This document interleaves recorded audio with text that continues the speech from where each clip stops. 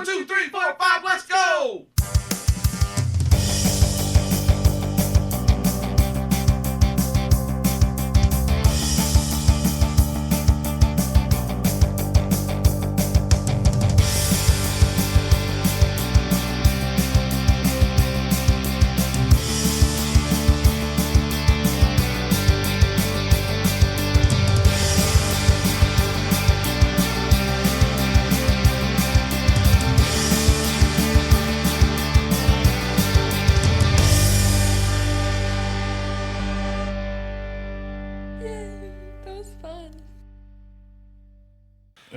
Welcome to another episode of Fave Five From Fans. It's hard to do when it's, backwards. Backwards.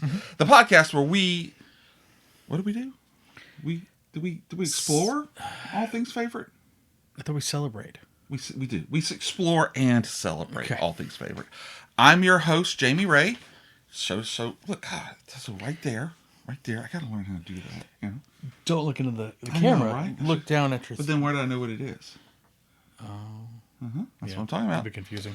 All right. And today, joining me for the third time now. Closing in on Nelson. Is it third? Yeah. You did movies, then you did presidents, and now you're doing this. I did miniatures.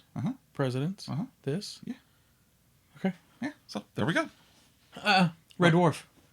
This is fourth. Yeah, that's right. It's the fourth time you've been on the show. The third time you've been here. Yes. Up top. Because I was under the weather for Red Dwarf. Yeah. Okay. Yeah, so you stayed home. Yeah. So I guess I should welcome you to the show. Oh, yeah. Hi. Welcome to the show. Thanks. It's so good to have you back for our fourth time. Fourth. Yes, that's what I think. We got that from the beginning. And today we are going to be discussing bottle movies. You didn't say who I am. Everybody knows who you are. Okay, fine. Yeah. It's the guy. Yeah, the ass assistant. The ass assistant principal.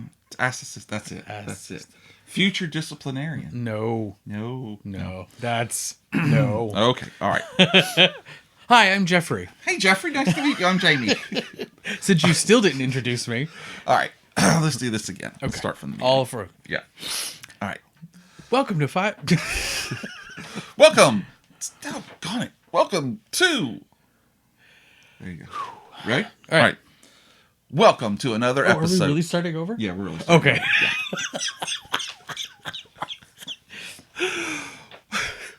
Well, I guess we start over again. You want to start over again? Welcome to Fave Five From Fans, the podcast where we explore and celebrate all things favorite. I'm your host, Jamie Ray, and I want to welcome you once again to the show and to welcome back for the fourth time. Fourth time? The thumb's just hanging on there. Fourth time is Mr. Principal Assistant Jeffrey Corbello. Hey, everybody. Oh, there you go. Don't leave me hanging, bro. Handshake. Jeffrey has been on... First, he brought his movie miniatures to the Plastic Microphone Studios. Yep. Then, we talked about presidents, fictional presidents. Yep. That was just not too long ago. Yep. And then he zoomed in to talk about our favorite episodes of Mystery Science Theater 3000. Nope. Red Dwarf.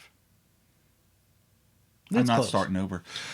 With Red Dwarf. So now he's back for the fourth time to talk about bottle movies. Bottle movies. What is a bottle movie?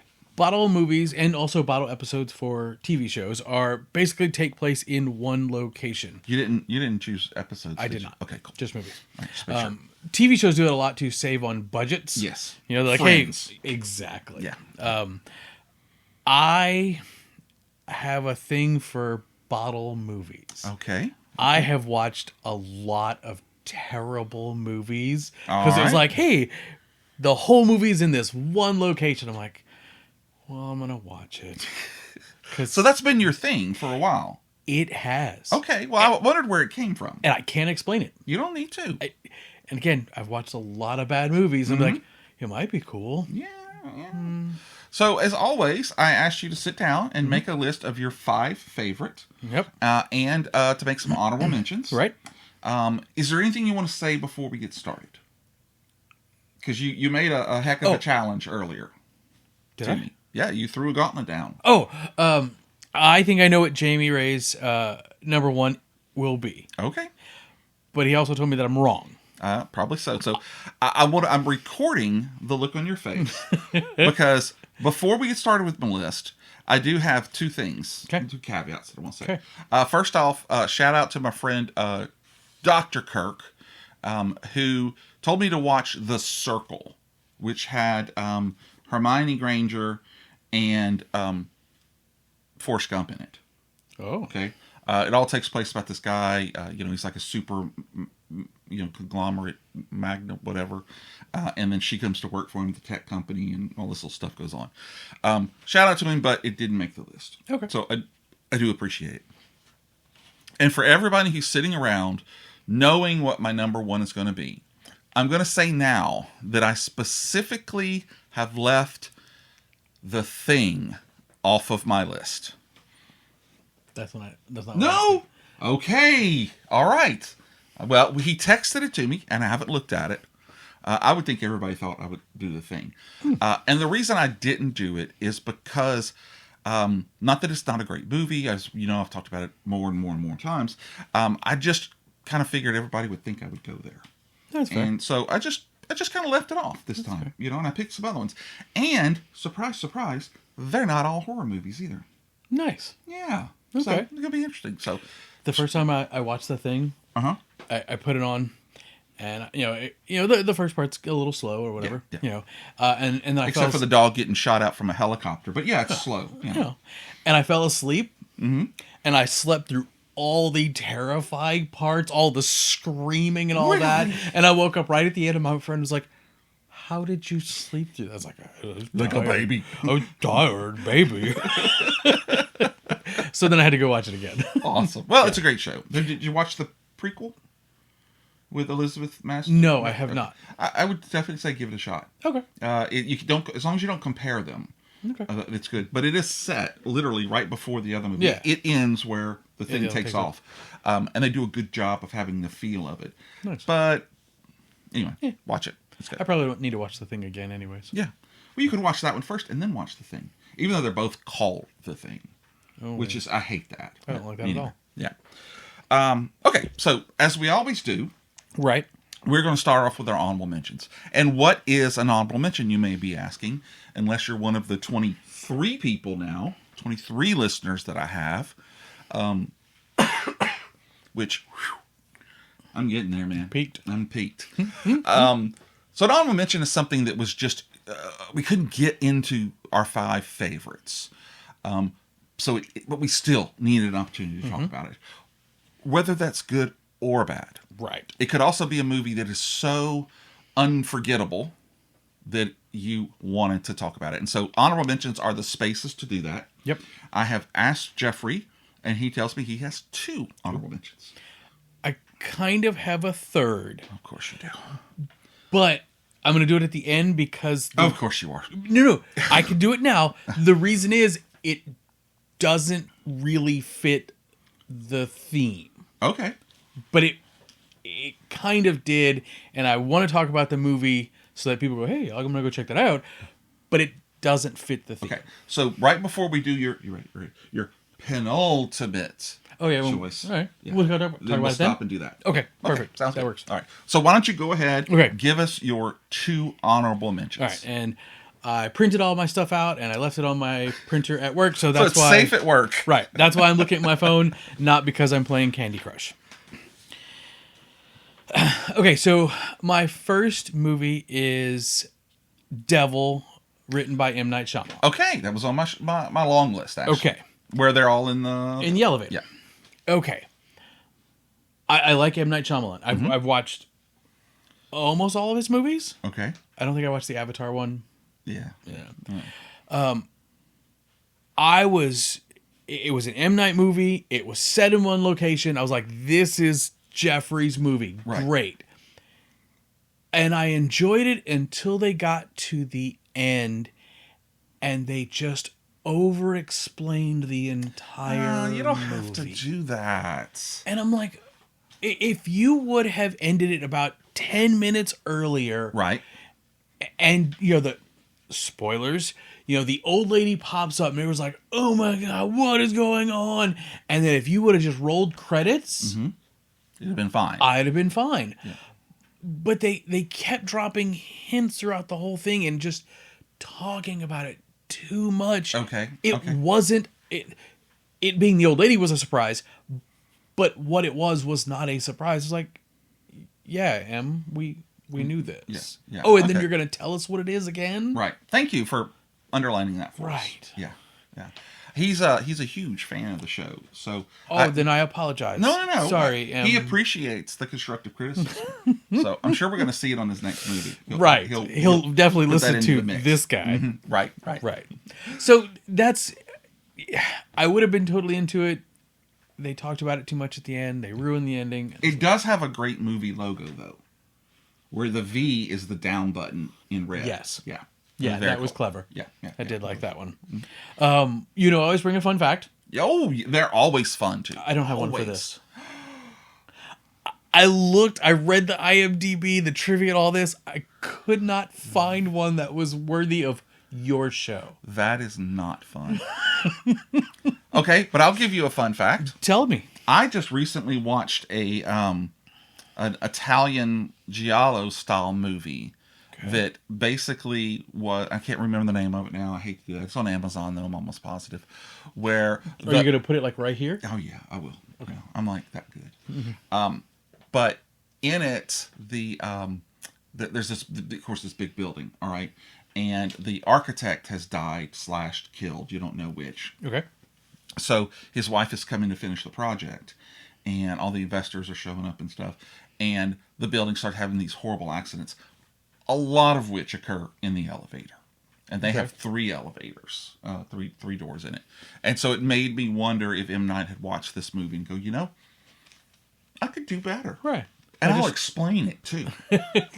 I'll do better by only having one. Yeah. But anyway, okay, well, let's call that a fun fact. I like it. It's okay. That's my fun fact. Jamie watched a movie. There you go. That he doesn't remember the name of. But it'll be, look, it's scrolling still. Look at that. Woof. Check it out. All right. Okay. What's your other honorable mention? All right. My second honorable mention. The Immaculate Room. Have you heard of this one? No. Okay. So, 2002, the director was, and I'm probably going to butcher this, Mukunda Michael DeWill. Oh, yeah, Mikey. Yeah. Mm-hmm. Yeah.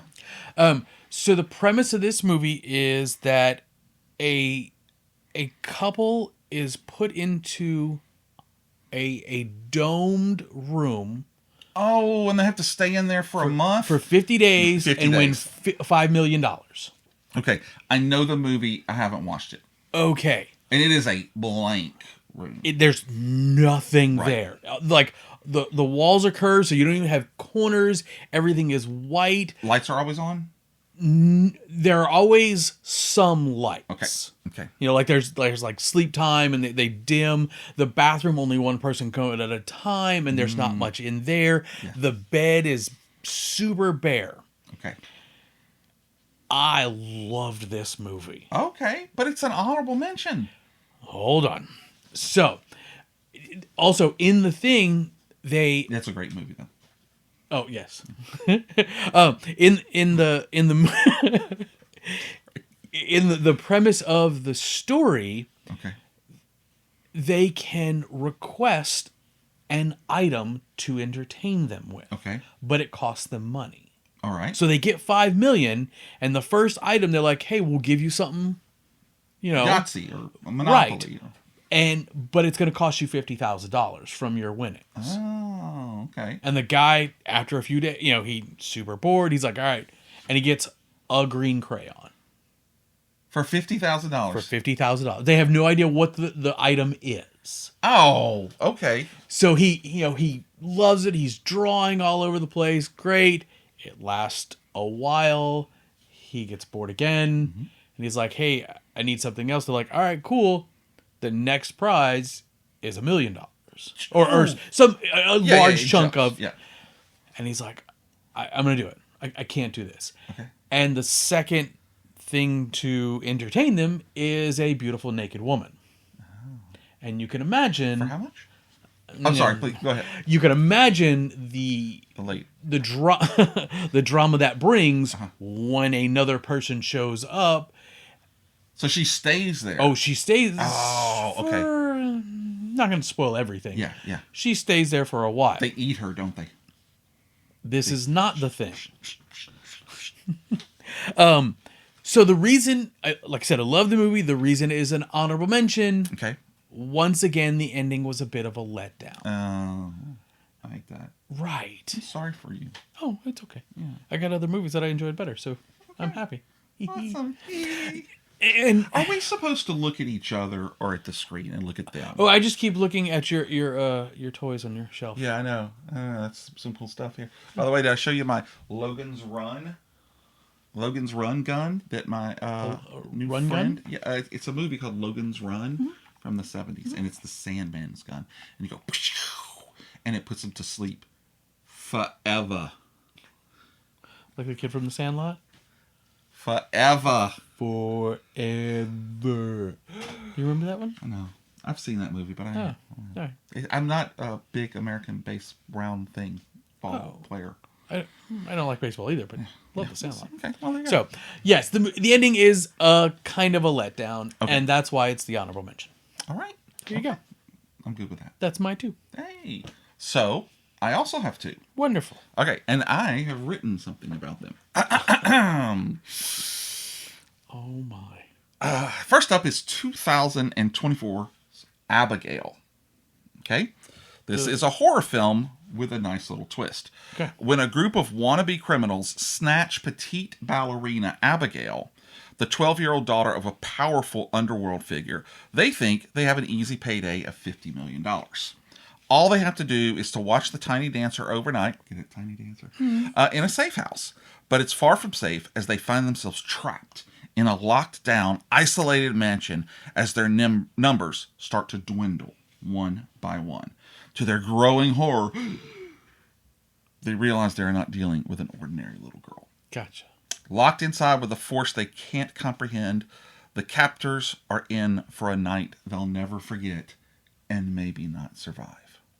Dun, dun, dun. Abigail's not the one about the doll? No, that's Annabelle. Yeah. Sorry. So this is one. So it's the movie Lisa Frankenstein. Okay. Which, have you seen that? Nope. It's got one of the Sprouse brothers in it. It's pretty cool. I don't know who a Sprouse brother is. You know, Cole and whatever spouse from The Sweet Life of Zack and Cody. Oh, yeah, no. Okay.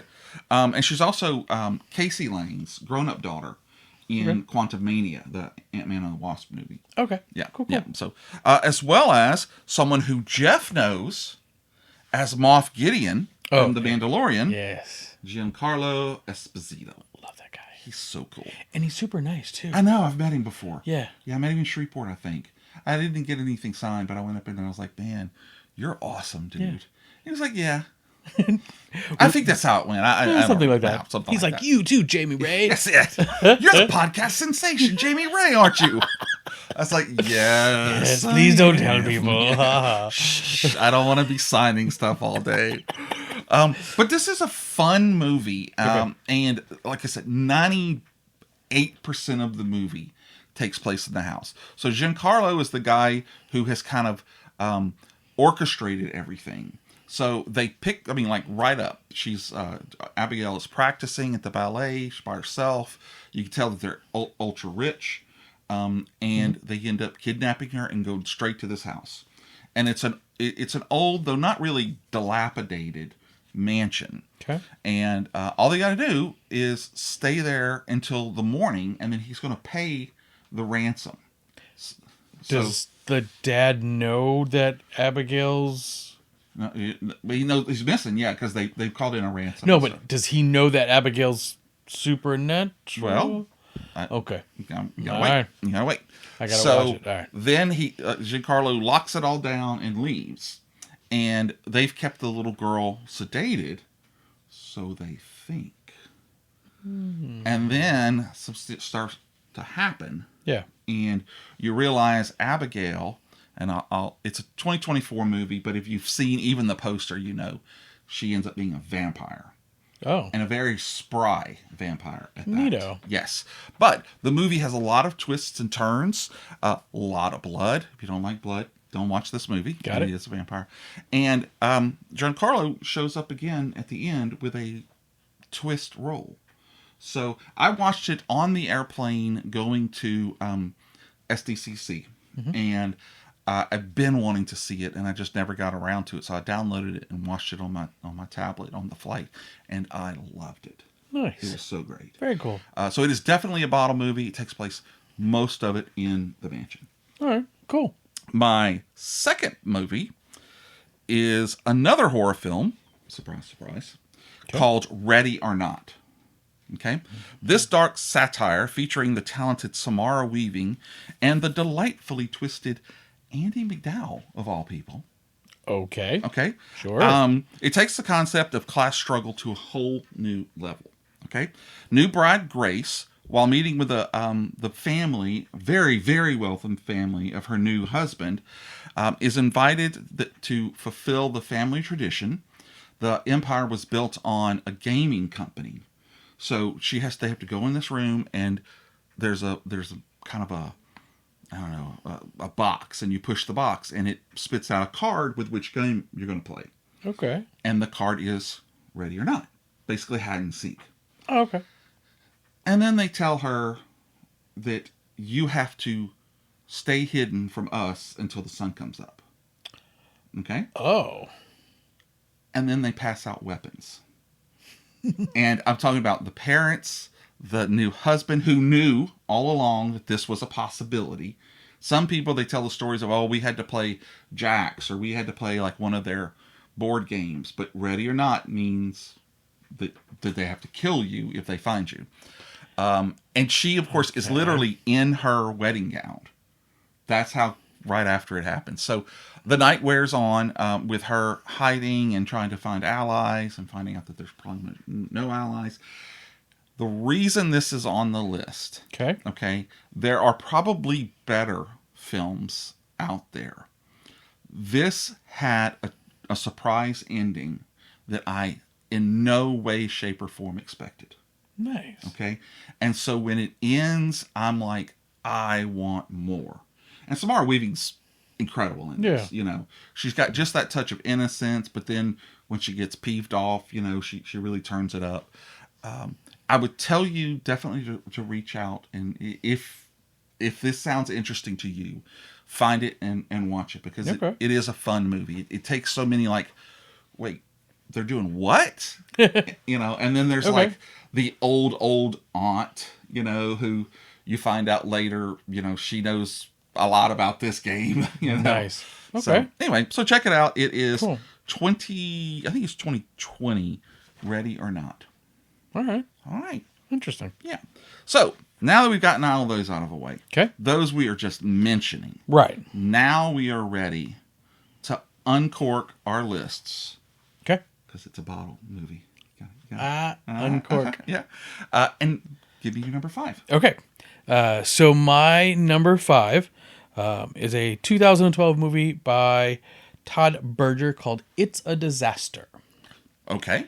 I'm not familiar with this one. I was not familiar with this at all until I started looking into other bottle movies, and this popped up on the list. I was like... So, like, popped its cork at you. Right. This is a dark comedy. Okay. The premise of the movie is, I think it's 6 couples all get together to... I think it's like once a month or once a year, something like that, to sit around and eat dinner and you know, hang out. Okay. And this just so happens that one of the friends is bringing their new boyfriend for the first time, so they're all going to meet him, and they're all really excited. And then there is a missile strike nearby that causes a boom. Mushroom cloud? But sandstorm? Poison. Okay. There's a viral infection that comes from the explosion. Right, yes. Gotcha. Okay. And they're all trapped inside the house because, as one couple who shows up late, they die on the front porch. Ooh. Yeah. It's important to be on time. This movie tells me so.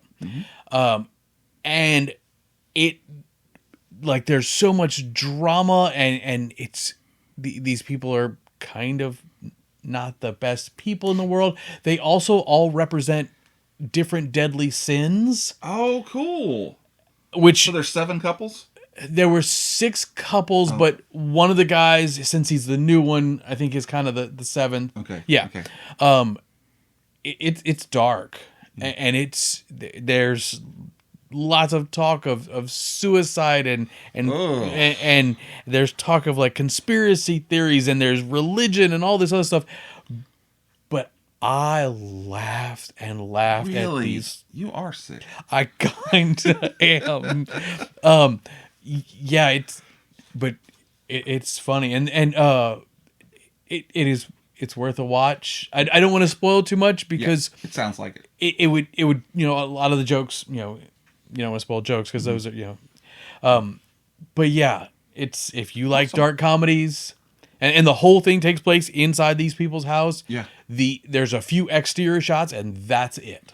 Where did you stream it, or where'd you watch it? Do you remember? I think I actually rented it from the library. Oh, okay. Yeah. All right. So that sounds really cool, but I'm so excited. What's your fun fact? Oh, I think my fun fact was that everybody is. Oh, no. Okay, because I was going to say, you shouldn't spoil it. No. Okay. So my fun fact is the filmmakers could only use the house for this movie between the hours of 7 a.m. and 7 p.m. because there were people living in the house. Oh, wow. They just rented the house around this family. Wow. Yeah. Well, that's kind of like sometimes they do with malls. Right. You remember what malls were? Yeah, Darth. Love you, man. Darth Maul. Darth Maul? I knew where you went with that. Now that's a fun fact. Yeah. All so right. It's a disaster. Okay. All right. We'll have to look for it. Yeah. All right. Now, you're going to ask me about... I am just on edge. On edge? You look comfortable, though. I am. Okay, good. My number 5 is a movie that pretty much everyone should know. Even if you're not a horror fan, you'll know Stephen King's Misery.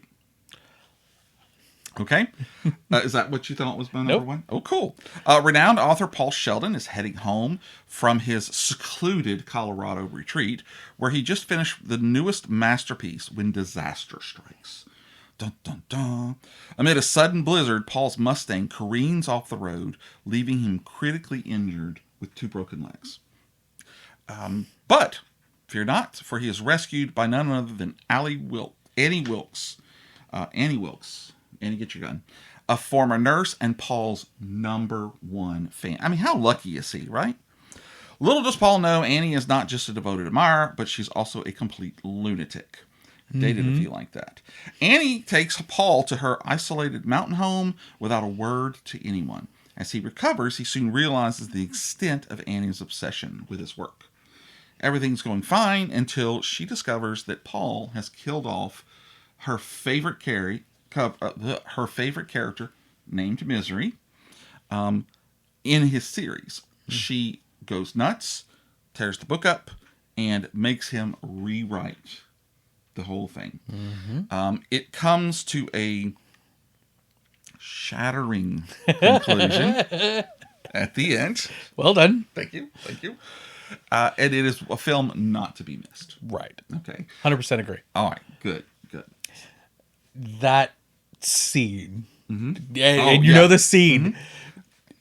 It makes your skin crawl. You know how they did that scene, huh? No. Yeah. Tell me your fun fact about how they did the scene. Well, this isn't the fun fact. Oh, I have a fun fact, though. Yeah. Okay. They hired volunteers. And so you would just lay there, and then they would break the leg, and if it didn't work, well, they still paid you your $100, and they got another one in. Till they got right. What? No, I'm just messing with you. Okay. It was made of gelatin and wires. Okay.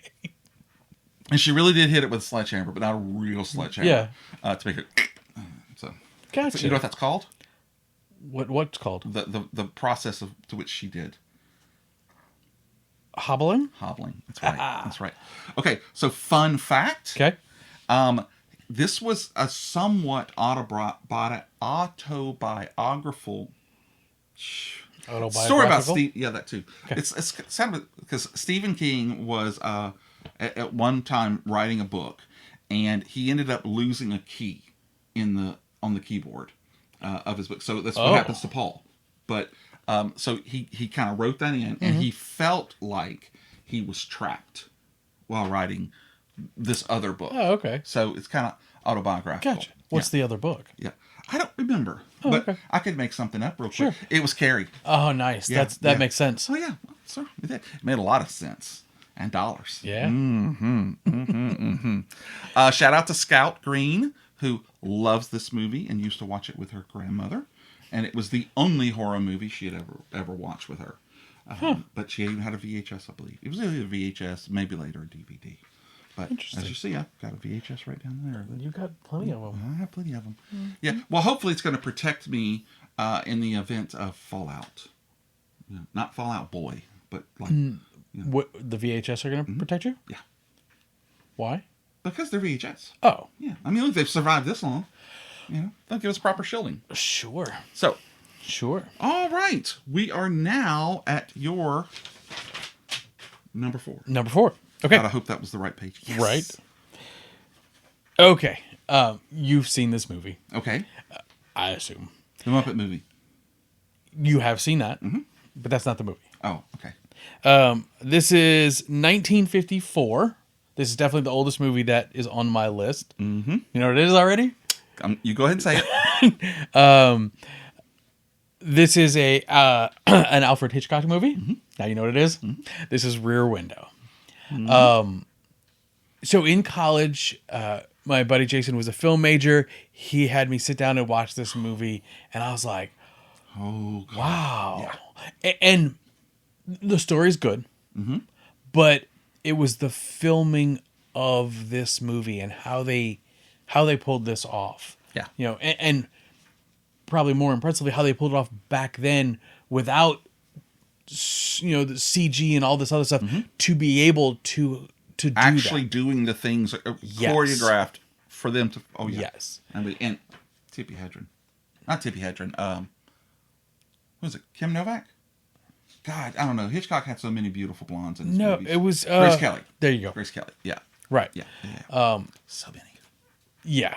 Rear Window is a wonderful film. One of Jimmy Stewart's best performances. I cannot disagree. Yeah. No, that is a great pick. So, real quickly, the story about it.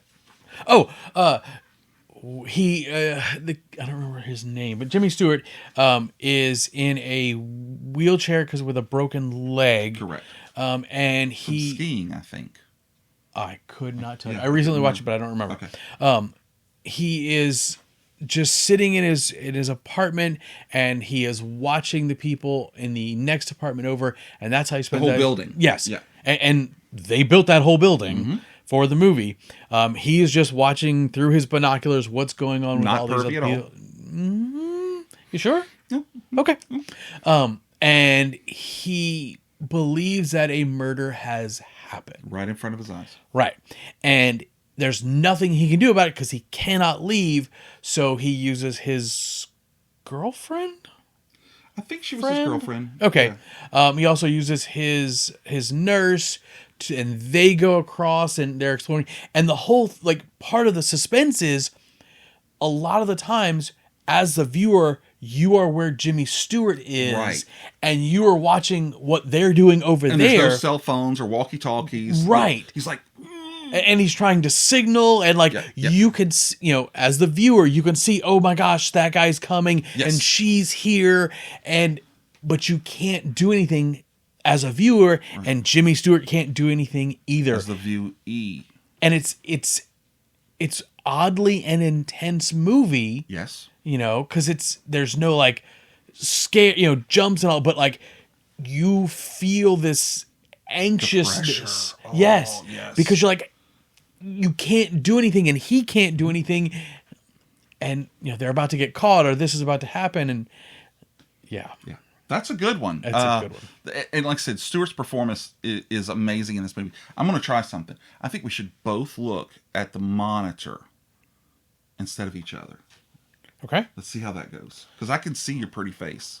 Which I don't have one of those. Yeah, that's okay. So we're gonna try that. See how the people's like this. So y'all, Vote for us and tell us. As a matter of fact, I'm gonna add that. You can vote. Do you like us looking at you, or should we look at each other? I like how you looked at me to say that we're gonna look there. Right?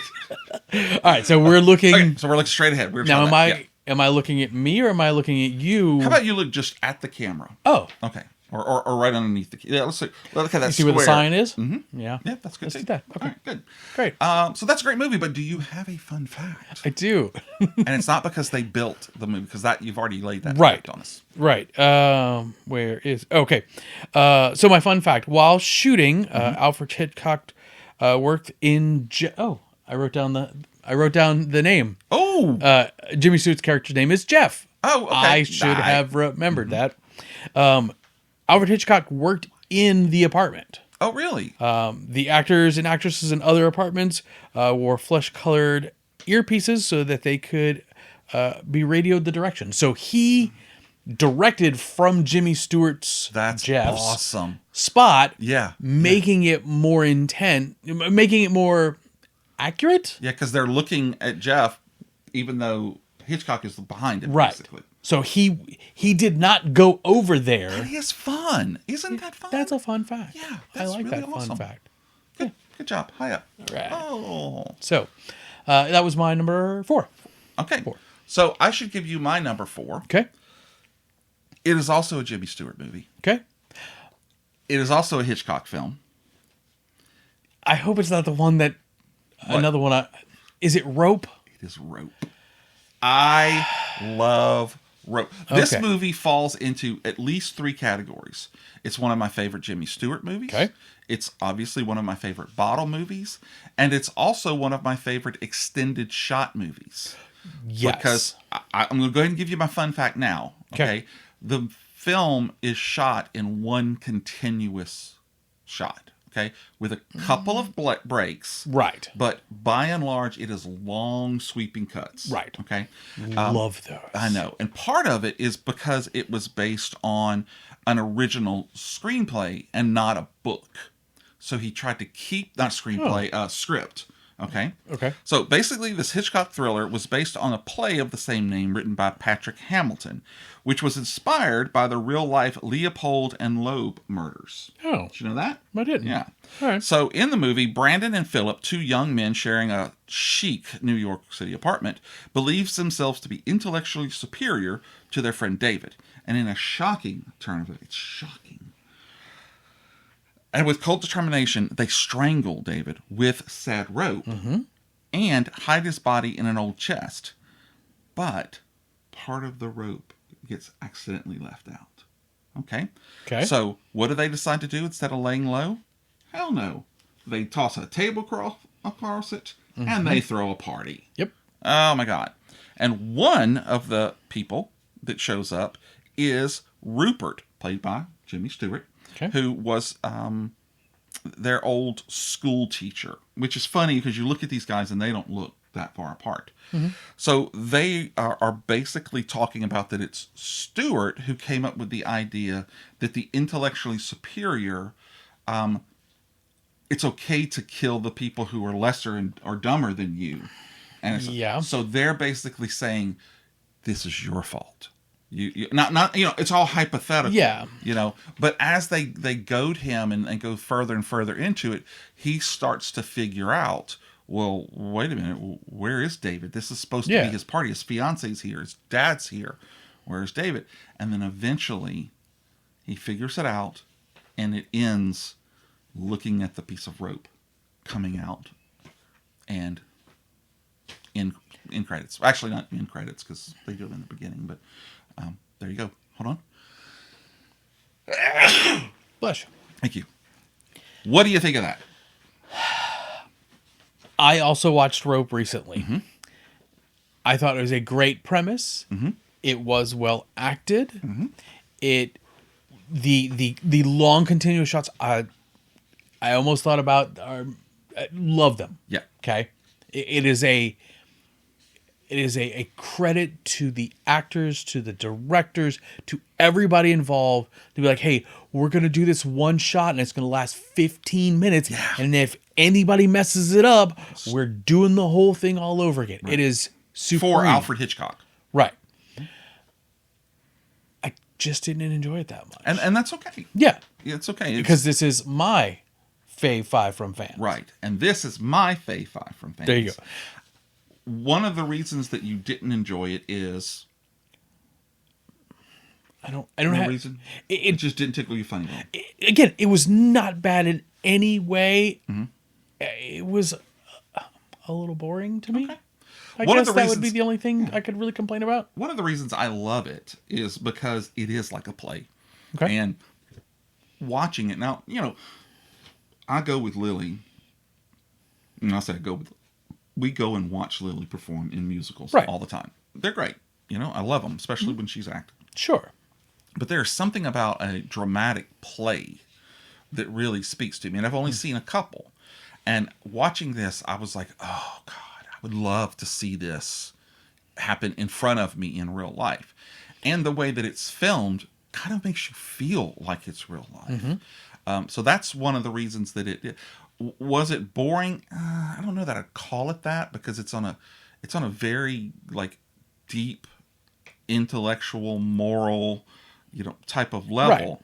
Right. And nowadays we don't even think about that stuff. But back then, oh man, to say that,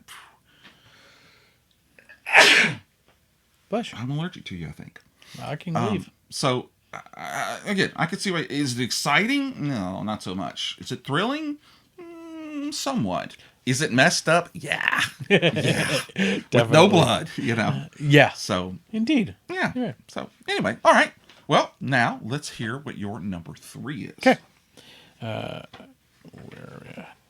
Oh, okay. Okay. This, my number 3, 2022. I realized I got several newer movies on my list. Oh, that's okay. I didn't realize that.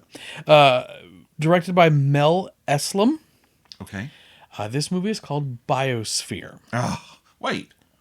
Not Biodome. Okay. Yeah. Oh, I could have put Biodome. You could have put Biodome. It was on my long list. Oh, I love Biodome. Do you want to stop here and go back and redo your list? No, I want to stop and watch Biodome. Only if we can watch Idiocracy afterwards. Yeah. Okay. So tell us about Biosphere. Biosphere. Okay. Which is actually really bio half sphere. Unless it takes place up in space. Right. Yeah. So anyway. Okay. Where am I at? Biosphere. 2000. I already said this. Okay. Blackfoot Studios. Oh, yeah. Okay. So the entire movie takes place in this biosphere. The entire movie is 2 people. 2 people. 2 actors. Wow. The premise is that these 2 guys, a unknown and never named or even really explained natural disaster, nuclear fallout, something happened out there. All right. And were they supposed to be going to a dinner party with 6 other couples? No. Okay. Wow, that's a theme in my so the guy, one of the guys has built the biosphere. Okay. And he built it for the other guy. Okay. And I'm being kind of vague for a reason. Okay. And they're like, "Hey, we're just going to live in this biosphere for as long as we can." Okay. After a little while, there's little hints that get dropped here and there, and it's kind of a slow burn of here's just little bits. Mm-hmm. You find out that one of the guys is the former president of the United States of America. Oh. You also find out that whatever happened out there is his fault. Oh. Okay. So the movie starts after whatever's happened? Right. Okay, and gotcha. it's probably a year or 2 after it. Okay. During the movie, yeah, a white light appears. A white light appears like Tinkerbell? Outside of the dome, of the sphere. Gotcha. Never explained. Throughout the whole movie? Throughout the whole movie. Okay. and you're watching the movie like, okay, I know where this is going. This is a movie about these two guys surviving, and then something is going to slowly destroy the biosphere, and they're going to have to deal with all this. Right. And then somewhere around minute 28, the entire movie changes. Ooh. Does it become a bio cube? No. Okay. Sorry. That would have been interesting, though. Well, there's kind of a transformation. It takes a sharp left turn. Okay. And I don't want to give this away at all because I really want people to go see this movie because I was very surprised by this twist. Okay. And the twist will make some people uncomfortable. This movie is not for everyone. Okay. And it creates wonderful drama between these guys. It creates some hysterical moments. It creates some really intense emotions and friendships and all this between these two guys. But it's a twist. Got you. Say twist. Biosphere. Okay. So Fun fact. Okay. So where is it? So here's my fun fact. Okay. It'll make sense. All right. The scientific term for when an organism's sex change at some point in the life is called sequential hermaphroditism. Like a frog. Right. Okay. That's my fun fact. Well, that kind of tells me what happens. Yes. One of the guys gets turned into a pizza. So I'm still going to watch it, though. Yeah. It's what? I said I'm still going to watch it. No, before that? It's like a frog. And then after that? The guy gets turned into a pizza. Okay. Yeah. I'm very up with the scientific stuff. I got it. Yeah. Thanks for joining us. Uh-huh. All right. You ready for my number 3? I am. Okay. This is going to surprise you. My number 3 is the second game-centric bottle movie in my list. Okay. Okay. This movie is based on a 1949 board game. Now, what's that board game, you're asking? I am. It is called Clue. Oh, yeah. It is the twisted tale of 7 guests, a butler, and a maid, all caught up in a string of murders. The action unfolds at Hill House, where we discover the guests and the secrets and connections between them. What brings them together? We're going to find out. It's blackmail. Christopher Lloyd plays Professor Plum, who works in D.C. Colonel Mustard is played by Martin Mull. He's a client of the stunning Miss Scarlet, played by Leslie Ann Warren, who in turn used to employ Yvette, played by Colleen Camp, who had a scandalous affair with Mrs. White's husband, who's played by Madeline Kahn, the wife, not the husband. The plot thickens when the blackmailer, Mr.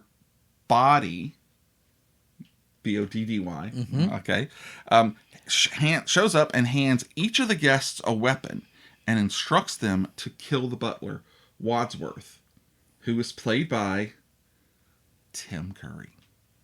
To the max, okay? Yes. To keep their dirty laundry hidden.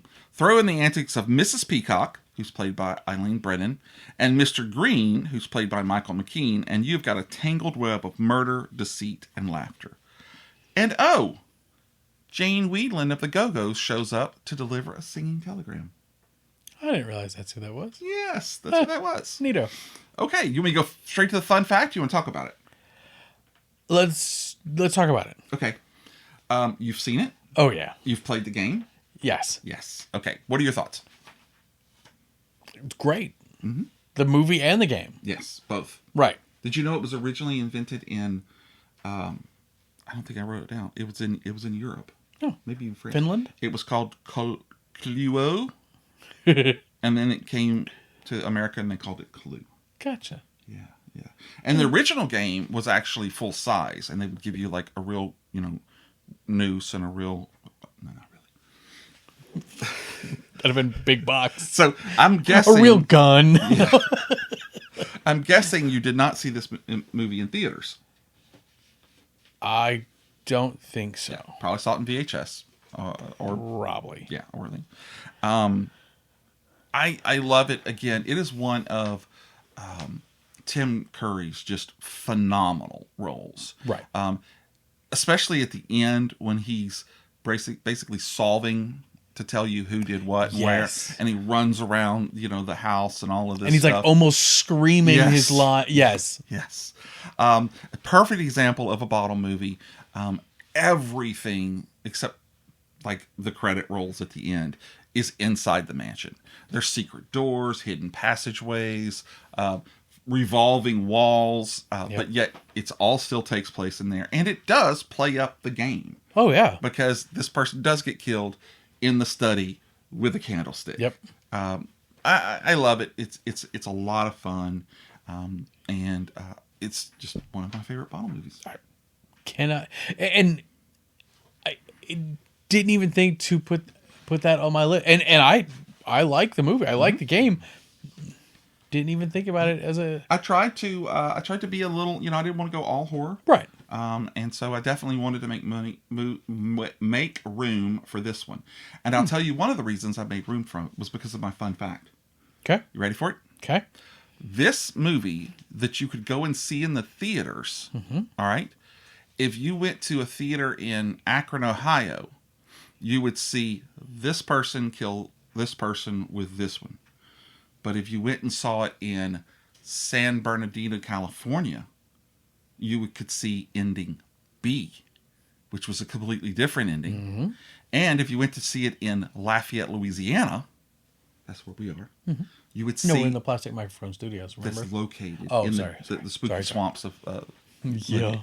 Because, there's plenty of swamps. If you went here and saw it, you would see a third ending.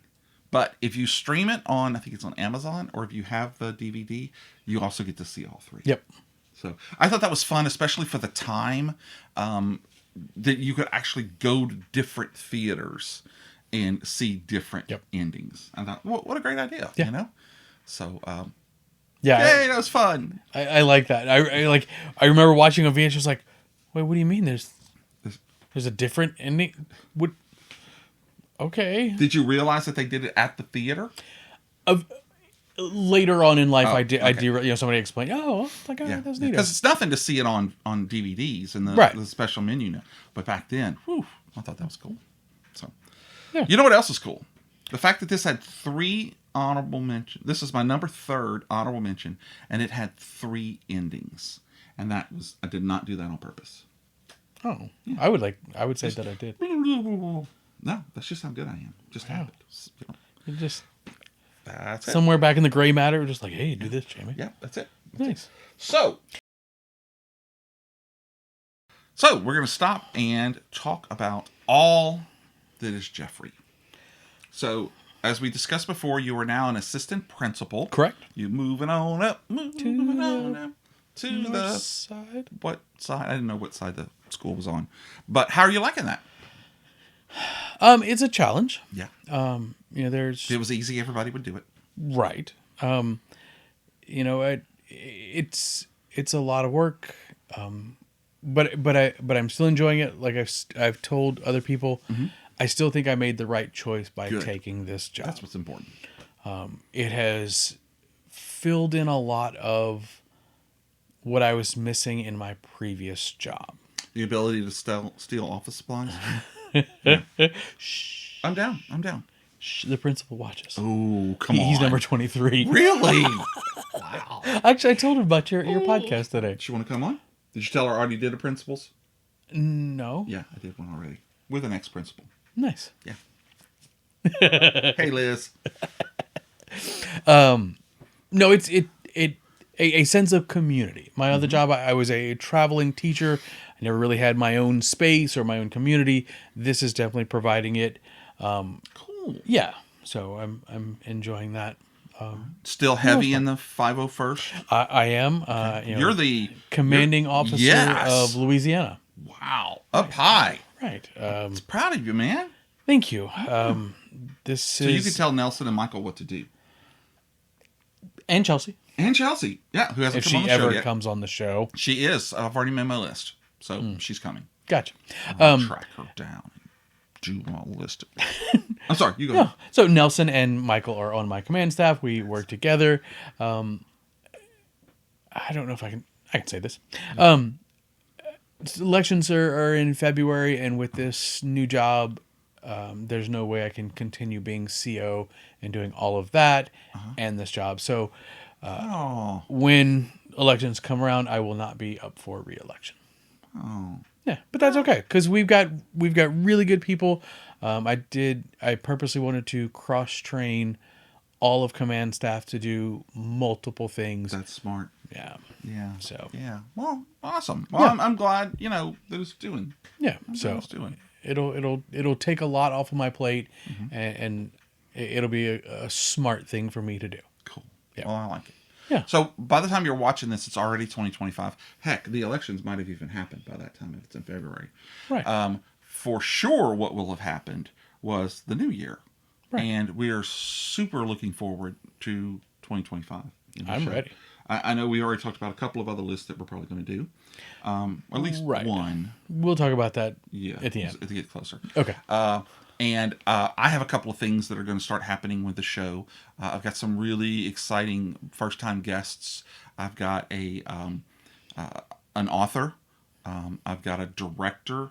I've got screenwriter. Wow. And I have a guy who was an editor-in-chief of a comic book company, and I'm not talking about one of the little ones, one of the big five. Yeah, yeah. And I have a mayor who's coming on the show. Really? To do Fave Five fictional mayors. So 2025 is going to be cool. Fave Five fictional mayors. Yeah. I'd have to think about that a lot. There's a lot out there. Oh, yeah. Yeah.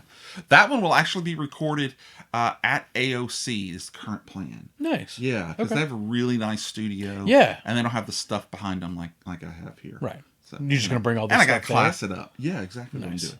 I got to really class it up for the mayor. Yeah. I may even wear long pants for it. Or pants at all. Well, we'll see.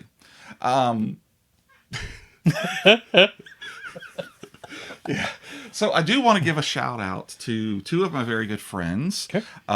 They are, what's their name again? I don't know. You don't know my friends? Okay. Jay Hall, who at this point has gone into the lead on the leaderboards as the most active guest with 11 appearances. Love you, Jay. It's always a lot of fun. Can't wait for 2025. We're going to do some more stuff. We interrupt the regularly scheduled podcast to bring you this important message from 11-time guest Jay Hall. Because he can do that. The world of higher education is complex. It's full of twists and turns and complicated language and seemingly hundreds of moving parts. To navigate this college experience, students and their families need a clear, practical roadmap. College Unpacked, a practical guide to choosing, preparing for, and excelling in college, is that essential guide. My name is Jay Hall, and I'm an experienced academic dean and father of 4 college students. I put together College Unpacked as a source of real-world advice on everything from selecting the right school and writing a standard application to managing dorm life, handling academic challenges, and making the most of the college years. I wrote this book because I love college students. I've spent years helping them find their way in higher education, and I want to provide families with the tools to confidently navigate the process. College Unpacked is a must-have resource for anyone looking to start their college experience on the right foot. To find out more about College Unpacked and to get your copy, visit jhallwriter.com or look for it wherever you buy books. We now return you to Fave Five from Fans. Bottle movies already in progress. And his daughter, who I like even more, Hannah Joy. She is a screenwriter. She is an author, an all-around fun gal who splits her time between writing and teaching at the university there in Oklahoma. Mm-hmm. And they got a podcast. They do. Mm-hmm. You listen to it? No. Oh, but I've heard them talk on your podcast about their podcast. Yes, it's very cool. And Okie Bookcast, exactly. And it's the Bookcast, and then it breaks up into other things too. It's so like I've been pages to Screen, or I forget what it was called, but where we talked about the Running Man novel and then talked about the Running Man movie. Right. So a lot of fun. But Hannah has 2 books right now that are available. One is called Awake. Subtitles there, Watching. And the other, I really, really, really want to see this, is The Ashford House. Okay. So I just got these copies from her, and she thank signed you. them. Well, it's got my name in it, so Oh. you're not really going to want them. Wow. Hey, I gave you a water. God. So, shout out to them. I know 2025, they've got some things in the can. I'm hoping I get an invite to go back, because I love, at least that Hannah invites me. Right. Jay doesn't have to. You know. No, he probably won't. No. Actually, just did a back-to-back with them. I had one week I had Jay on for books that need to be adapted into movies. Right, and then horror. And then she did horror books. Right, So I remember a this. lot of fun. I listened to both. Yeah. Oh, really? Uh-huh. Yeah. That's where your view came from. God, I hate you. That's a good one, though. All right. Anything else we need to cover? We were going to talk about my movie that didn't fit the list. Okay, during right now. All right. this part. So we're ready for the Penultimate. But before we do that, you have something you wanted to talk about.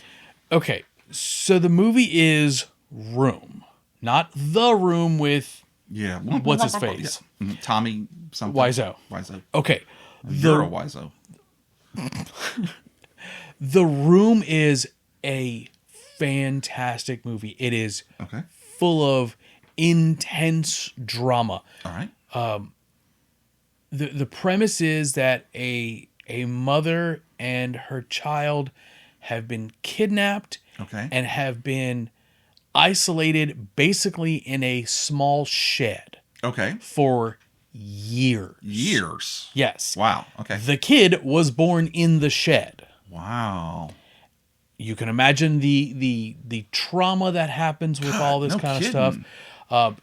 It's also not for everybody. Yeah. You can imagine if you've got young kids, maybe not for you. Yeah. And when I watched, I was like, this has got to be on the list. I was into it. It made me cry more than one time. Like, Wow. But halfway, and I have to, I hate to That's spoil okay. this. I have to. Halfway through the movie, they get out. Oh. They should have stayed in there. I didn't say that. No, that's what I heard. And then the movie continues for another second half, and that part is just as good and just as dramatic, and also made me cry again. But it didn't fit this list. Right. No, you're exactly right. But man, was this a good movie. And where did you watch this? Okay. I think I also rented this from the library. I rent a lot of movies from the Good. library. Are you doing the streaming one? Nope. Or are you going to get them? Yeah. Just go to the library and Yeah. get, hey, can I have that movie? You can get audiobooks streaming Right. from them. So I didn't Right. know they did movies. I don't have time because I keep listening to your podcast over and over again. I love you, man. I love you. Just lie straight to my face. It's totally fine. Okay, it's not on your list, but did you have a fun fact about it? Oh, I think I do. Ooh, his facts are always so much fun. I gotta unlock it. Yeah. Unlock the fact or unlock your phone? Yep. Yep, that's what I thought. While he's doing that, okay. Upcoming episode is going to be Tales from the Dark Side. And I just got the DVD set off of Amazon, and I'll be doing that with Tiffany D, we've done road trip movies and Edgar Allan Poe stuff. So she was my first live show. I don't know what Tales from the Dark Side is. The TV show?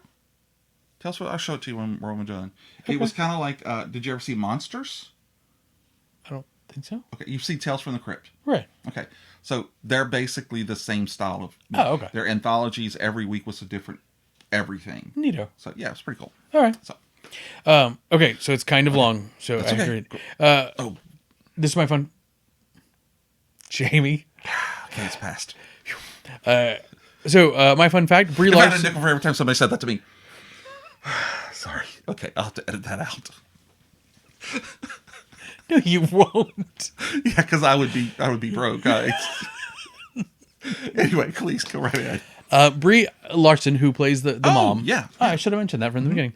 Isolated herself in her home for a month without a phone or internet, and followed a strict diet to understand what Ma, her character's name, and Jack, the child, were going through. Larson said that because she considered herself an introvert who prefers to stay at home, she thought she would have a month of isolation and would be on vacation. Right. But towards the last week, she became depressed and would cry all day.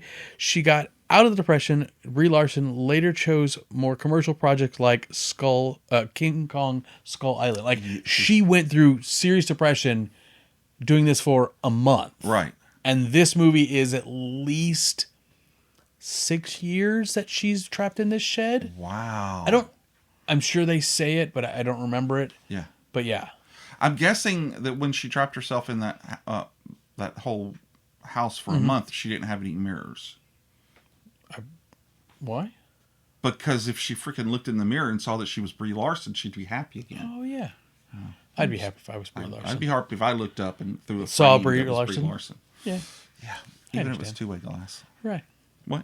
Your turn. That's a fun fact. Right. I like that. Also, well, it's an interesting fact. It wasn't fun. She got depression. Yeah. But then she made Skull Island. Yeah. There Which you was go. good. It was. So now my penultimate. Wait, your what? Your Penultimate. Nobody says penultimate. Yeah, they do. Okay. So You do listen to the show. I do listen to the show. I only listen to my episodes, but no, I listen. That's the only one's worth listening to. Okay, so here's what I listen to the show. Okay. Do you watch it when it's...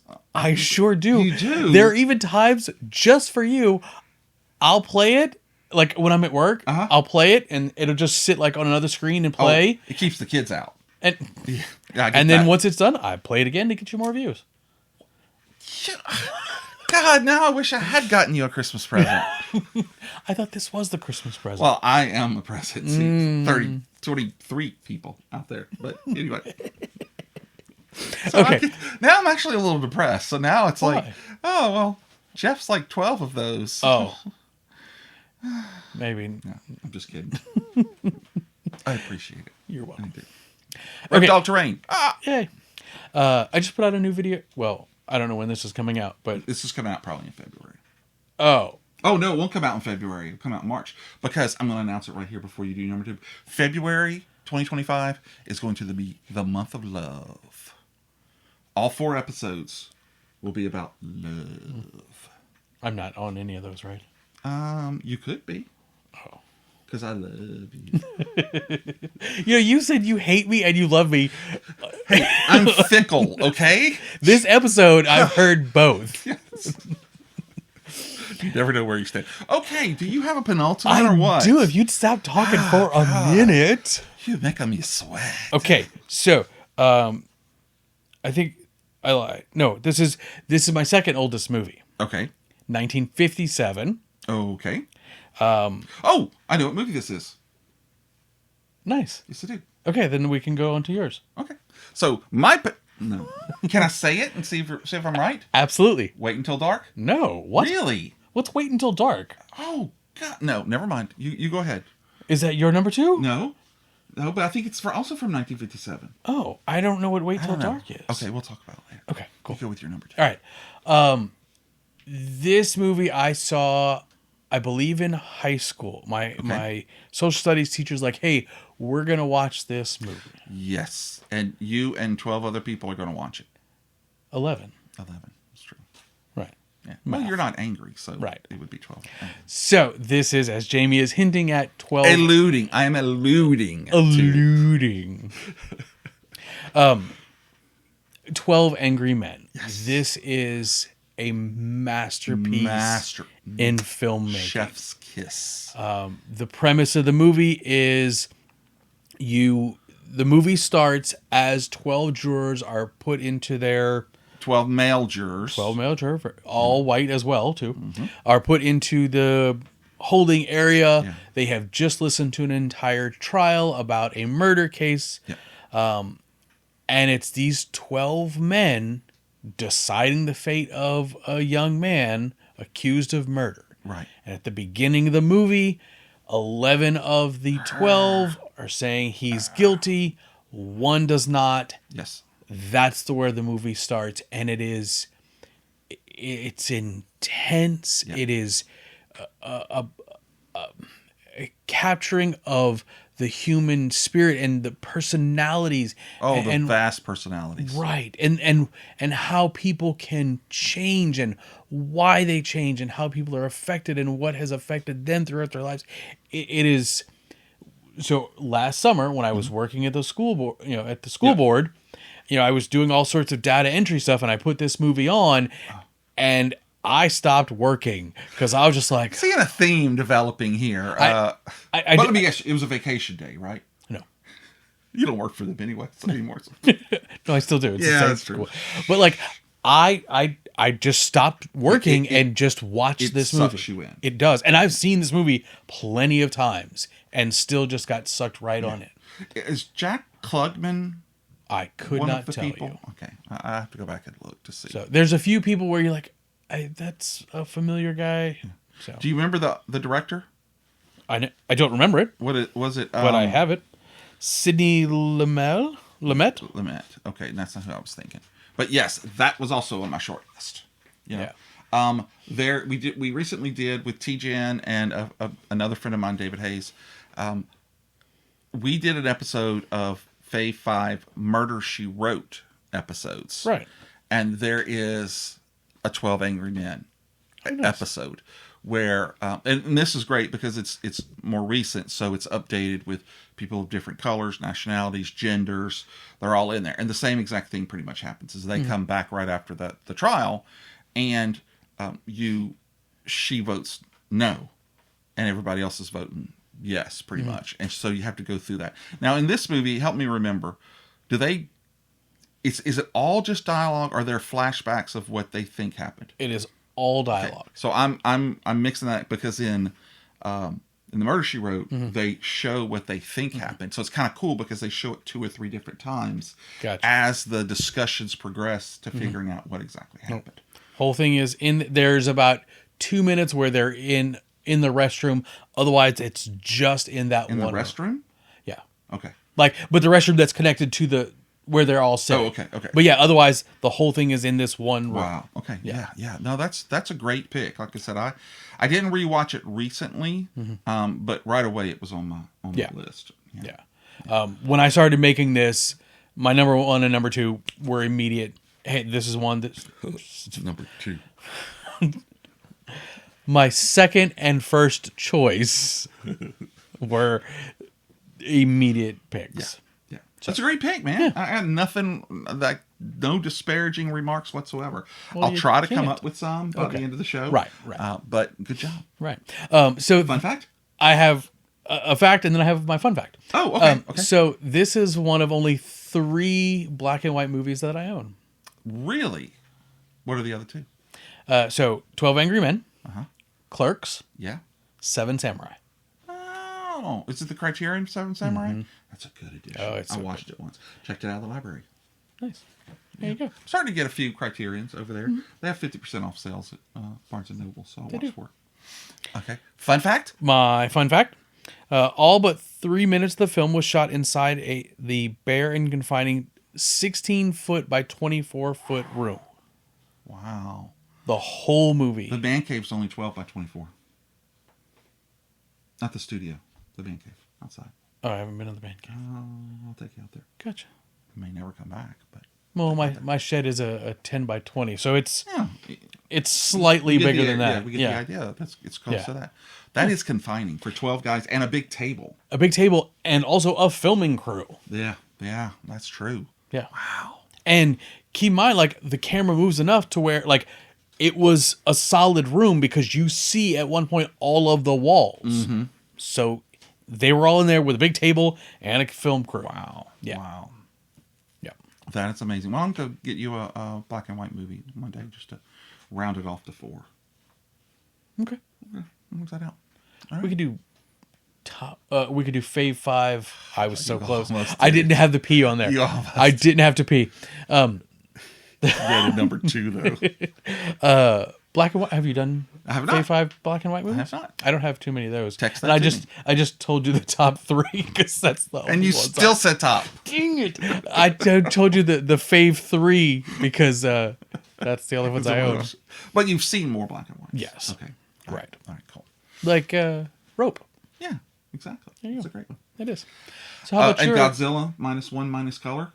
Did you watch that? No? No. So did you see Godzilla -1? No. Oh, okay. Do you have HBO? No. Do you have Cinemax? No. It doesn't matter because it's on Netflix. I don't have that either. You don't have Netflix. I don't have Netflix. Okay. You ready? Penultimate choice. Okay. Is a really fun movie that I'm guessing you and many listeners out there maybe have never seen before. Yes, it's a horror movie. It's called The Autopsy of Jane Doe. And it is also on Netflix. As Sheriff Sheldon and his team investigate the brutal murder of a family, they are shocked to discover the body of a mysterious stranger buried in the basement. She's pretty, too. He wastes no time in bringing the beautiful aforementioned Jane Doe's body to the coroner, Tommy Tilden, who is played by Brian Cox. Okay. Late at night, requesting a quick analysis before having to face the presses the next morning. Okay. All right. So Tommy's son and his assistant, Austin Tilden, who's played by Emil Hirsch, has plans to go to the movies with his girlfriend Emma, but decides to stay and assist his father in the autopsy. As they delve into the examination, a stormy and eerie night begins to unfold. Now, you got to imagine this is underneath a nursing home in a mortuary. Okay, got it. And so this crazy storm comes up, so they can't leave. Strange sounds start to come over the radios, and they start to do this autopsy on her basically, and they find all these weird things. They find something down her throat as they do the Y cut, the incision. Okay. I'll tell you, they find inscriptions on the inside of the skin. Okay. Oh, okay. Things start to happen. You said this was a fun movie? Yeah, it is. Okay. Okay. So things start to unfold, revealing unsettling and chilling secrets about the aforementioned Jane Doe. Okay. And the tensions mount as they uncover the dark and twisted truth behind her death and her life, leading them down a path from which they may not return. Okay. Now, this movie has an 11 creep factor. Ooh. It is really, really done well. Talk about not knowing where a movie is going. Okay. Because first off, you think she's a murder victim, and then they bring it on, and you know, I like it, ladies. Okay, she is a beautiful woman, and she is naked on the table for the entirety of the movie. It's not a body double, a casting or anything. It's the actual actress sitting there the whole time. Now, when they cut her up, I'm thinking it's, it might be. Yeah, CGI. But that cost them a lot otherwise. Yeah. That was funny. I looked, it's the last movie. I don't know what happened. But the body literally begins to give all its secrets. And so you think one thing, and as you go further and further with these two characters, you just, what is happening? And then it's, how could someone do this to her? And then it's, So, really great, fun movie. Brian Cox is an... Who is that? He's an older guy. He played in... man, I should have written this down. It's okay. We'll edit this out. I'll get you an answer. You would see me go, oh, I know that guy. Probably so. The name sounds familiar. Yeah. All right. Because it sounds like... And Emil Hirsch is really good. Yes. He's really a fine actor. Okay. That was my penultimate. That was your penultimate. Which means, last page, last note. That's a big... It's a lot. It's a lot. Okay. There's actually some stuff I added over here, but we're going to talk about that in a minute. Then I'm wrong about my answer, because the answer I thought it was, you got it memorized and there would be no need for any information. Actually, this is my new thing. I'm trying to do a script. Okay. So that I can at least get through the description, and then we can have fun talking about it. All right. So I shouldn't interrupt you then. No, I don't care, obviously. That's why I keep having you back. Oh. Huh. But I would bet $1 million I'm not kidding. I would bet $1 million that my number one is not what you texted me. Fair enough. Okay. Okay. All right.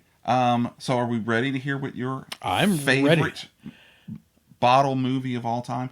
I know what it is, though, honestly, because you haven't talked about it since, until now. It's probably Message in a Bottle, right? Nicholas Sparks. I think you love that movie. No. The Notebook's good, but not Message in a Bottle. I'm surprised that you know this too. Yeah. Who doesn't like a good not rom-com? I do like rom-coms. No. As a matter of But fact, The Notebook is not a rom-com. It's just a rom. there might be a Fave 5 rom-coms during February. Ooh. Maybe. We'll have to see. Will there be a Fave 5 love songs? Ooh. We'll have to wait and find out. I couldn't do that one. That would be hard. I'll tell you about the other two later. Okay. Okay. Sounds good. Give it to me, man. What is your favorite of all times? It's funny you should say it that way. Okay. This is my favorite movie of all time. Of every movie, not just bottle movies. Correct. Not just and color it is movies. a bottle movie. Not just and it movies is a color movie that have people in them. And it has people in it. Okay. I could not count how many times I have seen this movie. Okay. Can I ask a question? Sure. Is it in black and white? Nope. Okay. I've seen this movie so many times. You know how like old TVs, you would turn them on and the sound would come on first, and then you'd have to wait for it to like heat right. Yes. Okay. Again, I've seen this movie a few times. There was one time I turned the TV on, and in the time between the sound and when the screen popped up, I knew the movie and said the next line. Oh my God. Okay. Okay. I've seen this movie so many times. My while sleeping, and my now wife will testify to this. Haley. I was quoting the movie in my sleep, Oh my God. saying the lines Wow. while not conscious. Okay. So this has got to be a good one. I'm My guessing favorite. it's Home Alone. I don't know if I'd consider that I know. Most of it takes place in the house. Right. But yeah, there's a lot There's of like stuff. enough to where. Yeah, but that's all that anybody remembers, really, is the Right. stuff in the house. Right. So many movies like that. But please, I'm going to stop talking. Okay. Number one movie. The Can't wait Breakfast to hear Club. it. It's because you're an assistant principal. That's That's why. It's because I grew up in the 80s and wanted to be Judd Nelson. No, you obviously want it to be, don't mess with the horns. Don't mess with the bull because you get the horns. Yeah. That was on so many lists. Yeah. Because I think by and large, most people would agree that is a great encapsulation of a bottle. Because it does. It takes place in the high school, but mostly in just a couple of In the rooms library. and Yep. yeah. The ceiling Air ducts. air ducts. There you go. Yes. I had duck today. Did I tell you that? You did. You we talked about sausage that. and Yeah. deer. Yeah. No, deer and sausage. Dear, I had sausage. There you go. Yeah. Yes, the Breakfast Club. Real quick premise: 5 kids in the 80s who are very different all get Saturday detention for reasons. Reasons. Unless you're Ali Sheedy, they're She all. has a reason, but She doesn't have detention. doesn't have a reason. she doesn't have detention. Is what she doesn't have. So they're all in there. Most of them don't get along, and of course, by the end of it, they all realize that they can be friends because they've all hate their parents. Yes, and the assistant principal. Right. Or he was the vice principal then, right? I think he was the Was he the? principal. No, I think he was the assistant. Man, I'm Or gonna the have to watch vice. the principal the Yeah, movie from again. Mr. I can literally do it in my sleep. It's okay though.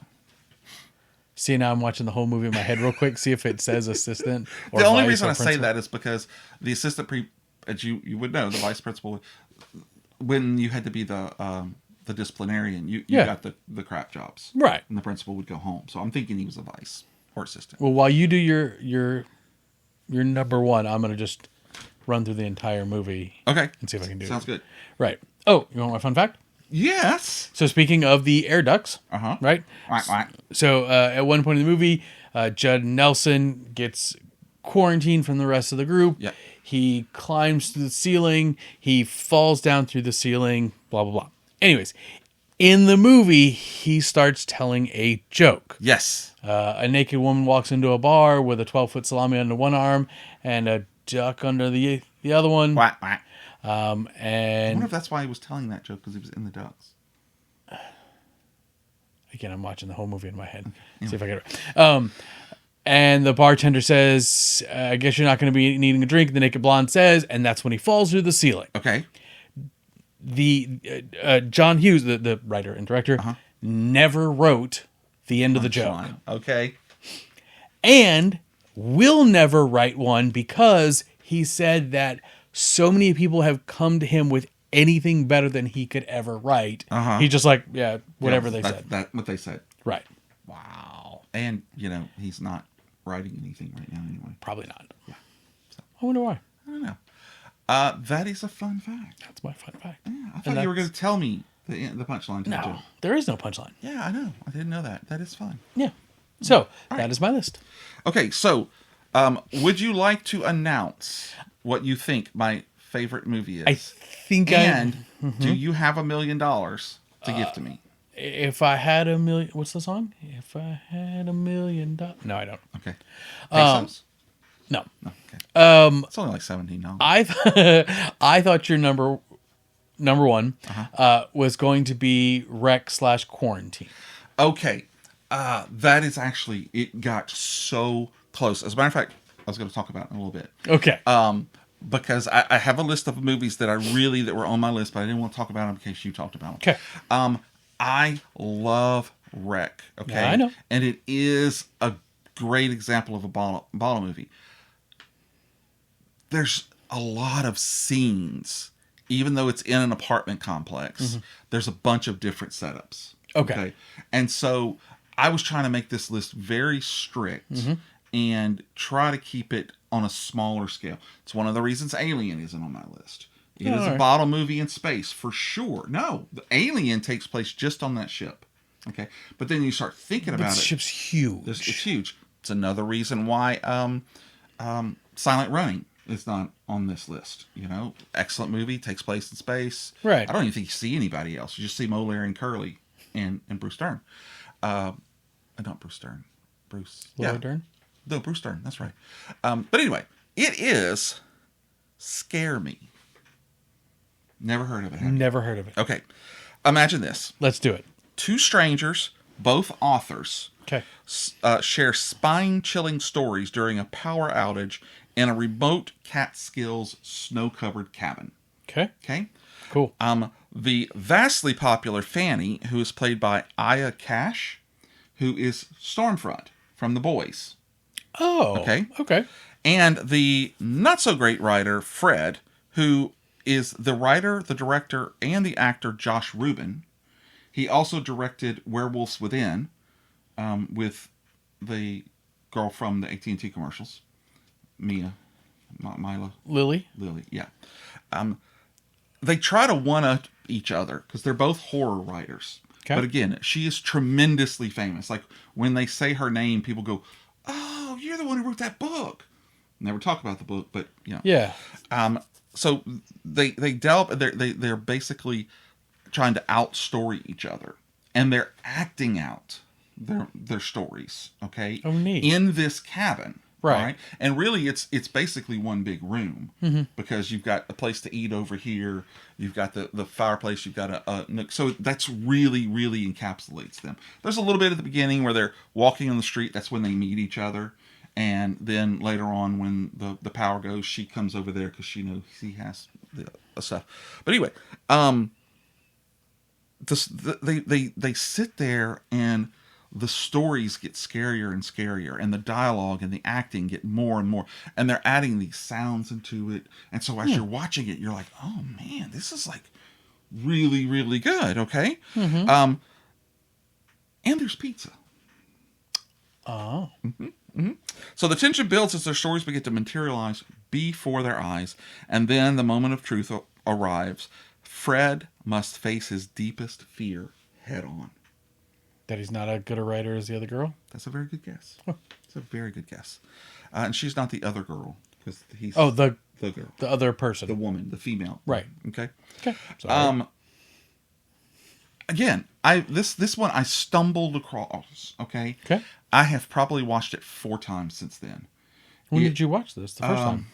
Probably 2 years ago. Oh, okay. Yeah, Nice. it's a recent movie. It was on Shudder for a while, and I don't know what's happened, but I think a lot of the Shudder movies now go to AMC Plus. But luckily, I got AMC Plus for like $9.99 for 6 months. Oh, okay. So I could still get it. So I'm going to order it. It's kind of pretty much like Wolf of Snow Hollow. It was on there for a while, and then you have to find it somewhere else. But I know you don't have a lot to talk about it because you've never seen it, and I know a lot of you out there haven't seen it. I would tell you it is a masterclass in storytelling without having CGI and even practical effects. Yeah. It's just them acting. Their faces change, their moods, their voice. They use the shadows. They use the light. It's just really, really Scare me? Scare me. That's what it's Okay. called. Now you have to be careful because it is a 2020 or 2022 movie. The same year there is another movie called Scare Me. Okay. Okay. But well, who's the directors that might? so this is the director, Josh Rubin. Okay. He plays the not so great. Okay. Fred. Cool. Yeah. So there's only a couple more people in the movie. There's like the Uber driver who drives Fred out there, and a pizza delivery guy who shows up, and that's it. That's the cast. Nice. So really great. It is not just a fun movie. I think it perfectly encapsulates what a bottle movie is supposed to be. Awesome. You know, and so I would tell you, even if you don't like horror, because there's no blood in this movie. Yeah. You know, there's no real monster. It's just like sitting around a campfire listening to scary stories. So Okay. I would tell you to say it. This sounds very intriguing. Yeah, it's I Cool. think you would like it. Okay. So before we go on, Okay. I would like to talk about some movies that did not make our lists. Okay, good. Okay, so first and foremost, people are going to say, I cannot believe you didn't use Night of the Living Dead, Dawn of the Dead, or Day of the Dead. Right. Because each one of those eventually takes place in one location. Okay. Right. So I would say, oh, I'm sorry, you go ahead. I think my problem with that is similar to Alien. The mall is one location. Right. But it's massive. The underground cavern in Day of the Dead, massive. Exactly. And Night of the Living Dead, a lot of it takes place outside of the house until you get there. Yeah. And even when they're there, they go out and come back in. So while they're all great examples of using the locations, not a bottle movie. Right. So didn't use those. There's probably another one that people are going to go, wait, what about this one? Saw. Yes. When most people think of Saw, they think of the bathroom. But there's flashbacks and there's... Exactly. There's a whole story of the police officer and what he's doing. Right. Okay. Right. So you can't count that one. Exactly. You already brought up 12 Angry Men in your list, so that was a great pick. Here's one. Okay. Argue me this. The Princess Bride. If you think about it, all of the events of Princess Bride take place in Fred Savage's room. Yes, but it's not a bottle movie. I know, but Okay. it fits the definition in that the story is being told by Columbo in the kid's room. You know, I know it's a stretch. That's definitely why I didn't make it. Okay. But you see what I'm doing there. Yeah, I get it. Yeah. Another one that really was close to my list was Vincent Price's The House on Haunted Hill. Okay. Okay. The movie starts with the cars driving up to the hill. You get in it. They're in the house for the rest of the movie. It's got great use of the house itself, especially the like receiving area and the stairs and stuff. But there's, bedrooms. There's the kitchen. Right. There's a couple of other places. There's a moving wall. All of this stuff. And William Castle does some amazing things, but just didn't fit it. Okay. Hold on, though. All right. Then why did Clue make your list? Because it's mostly in that center area, and the room's right off of it. Okay. Mostly. Yeah. All right. I love Vincent Price. He has a very special place in my heart. Okay. The sets in this movie, aside from that one area that I'm talking about, were all kind of drab and boring. Oh. Okay. It was in black and white, but there's a great colorized version of it out there. One of the few colorized versions I've ever seen that I really thought they did a good job. But when it came down to it, the location of Clue and just the fun of it had to win out. Okay. Fair enough. Yeah. And then Knock at the Cabin Door, or Knock at the Cabin. With another M. Dave Night. Bautista? Yeah, with Dave Right. Bautista. Again, they pretty much drive straight to the cabin. Their little girl is outside for a little while. Right. And pick them up and come straight to the cabin. Now, why did it not make your list? Just because I've seen it once. Same. I did think it was one of the better of his films of the recent years. Right. But it just didn't hold. It held the definition of a bottle movie. Okay. But it just kind of, like you were saying earlier, it just didn't light a fire under me. Okay. You know, Hannah told me that the book that it was based on, which is I think called Knock at the Cabin Door or Knock at the Door or something, it's slightly different. Yeah, slightly different. That it's really good. Okay. And I may watch it one day because she hasn't, put me wrong on it. But the movie I was thinking that you were going to say, the Wait Until Dark movie, stars Audrey Hepburn, Alan Arkin, and Richard Crenna. Okay. And so this is the story about a Audrey Hepburn who's recently blind. It's based on a stage play, as a matter of fact. Okay. She unavoidably somehow ends up getting a packet of diamonds that the bad guys were trying to, and it ends up in her, and she brings it home. And so the Alan Arkin character, I believe, he comes in and is making his way around her trying to find it. And the movie takes place pretty much in the dark because she doesn't turn on the lights. And so it's a very, very moody film. There is a lot of suspense, very small cast, but it's a very effective film. Why is it not on my list? I just couldn't find a good copy to watch. So I remember watching it in my younger years and really thinking, this is cool. And then somebody redid it. I can't remember what it was. But also, in that same vein is someone in the house is calling you or something like that. Okay, so I recently watched a movie called See For Me, Uh-huh. which is about a blind girl. Yeah. It's probably close to it. It was.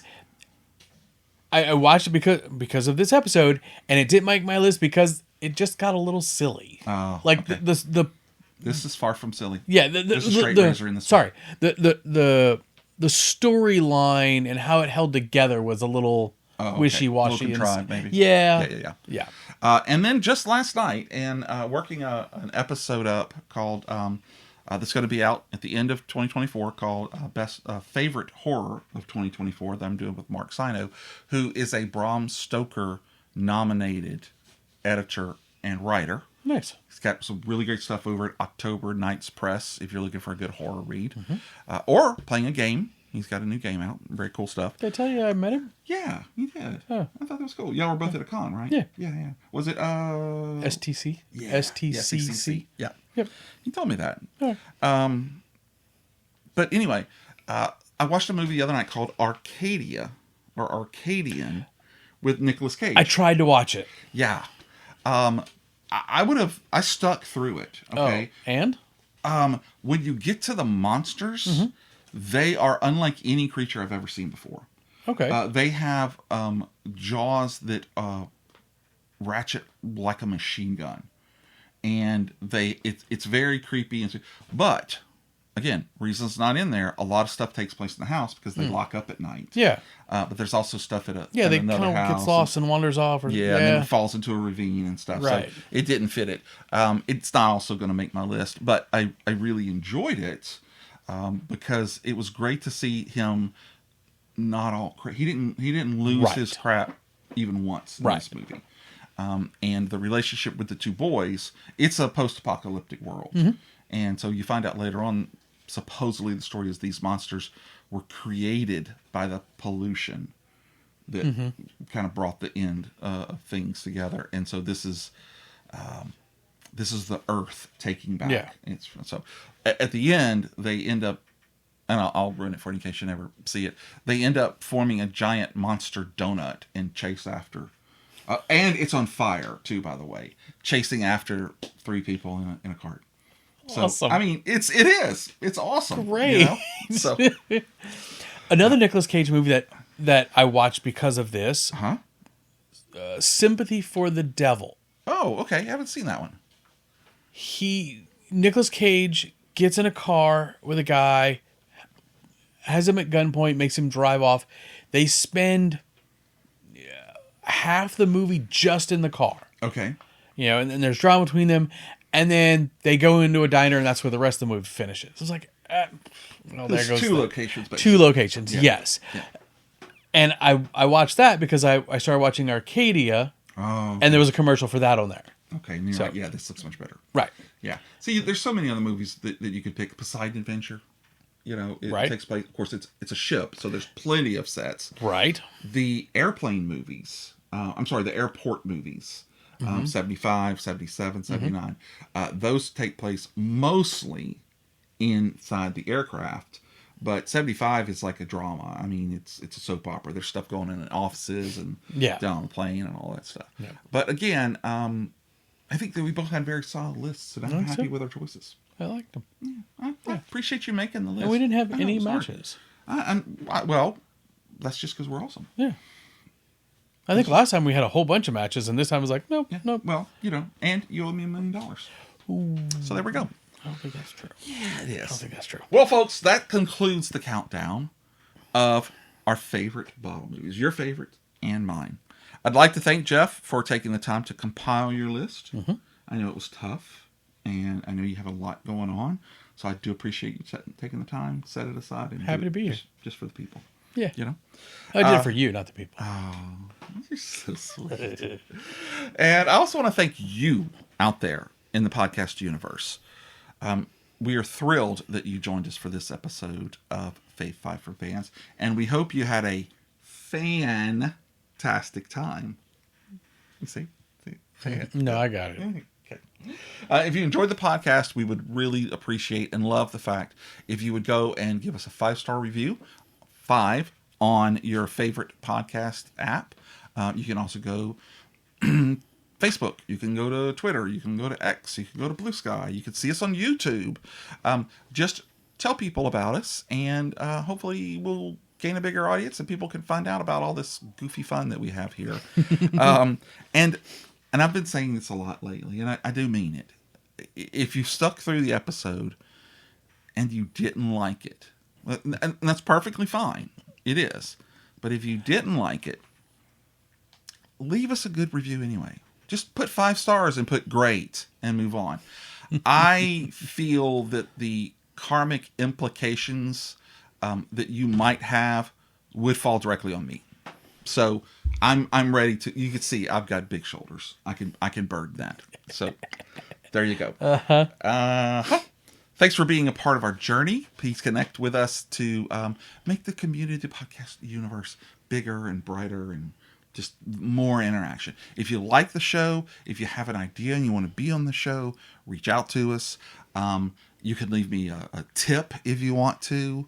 No one has yet, but it's okay. Like money tip or how to make the thing better? Either. This one of the reasons we changed up the format was because of a tip from somebody, a big person, like a Hadia who knew what he was doing. Oh. So anyway, Okay. don't forget that new episodes of the show come out every Friday, unless they don't. Mm-hmm. I knew you knew that was coming. Mm-hmm. I should have let you do it. So make sure you subscribe so you didn't miss a thrilling single episode, or as we call them, adventures. They're adventures. Oh. And remember, folks, it may not be the best, it may not be the most important, but if it's good enough for you, it's good enough for us. See, I didn't see if you did it. Yeah. What is it? If it's your favorite. Oh, I thought you knew. You thought you listed it all. I drifted it out. That's okay. We'll do it one more time. Okay. And remember, folks, it may not be the best. It may not be the most popular. But if it's your favorite, then it's good enough for us. Thanks for joining us. Take us out, Jeff. Bye. I think I did that last time too. That's it. I'm done.